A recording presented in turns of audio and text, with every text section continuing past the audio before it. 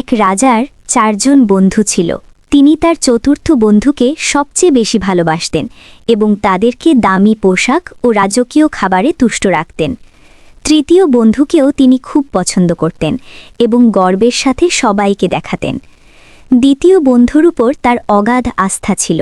বিপদে পড়লে তিনি এই বন্ধুর কাছেই যেতেন।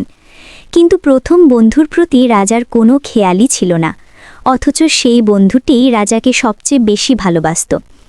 হঠাৎ একদিন রাজা মারাত্মক অসুস্থ হয়ে পড়লেন এবং বুঝতে পারলেন তার মৃত্যু নিকটবর্তী। তিনি ভাবলেন, পরকালে একা থাকতে আমার খুব ভয় লাগবে, কাউকে সাথে নিয়ে যেতে হবে।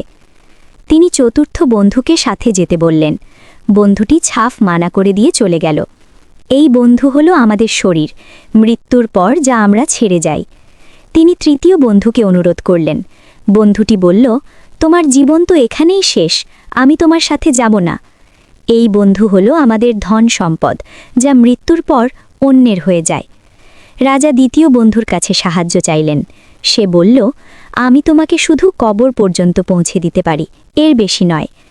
আর সবশেষে এই বন্ধু হলো আমাদের পরিবার ও আত্মীয় স্বজন।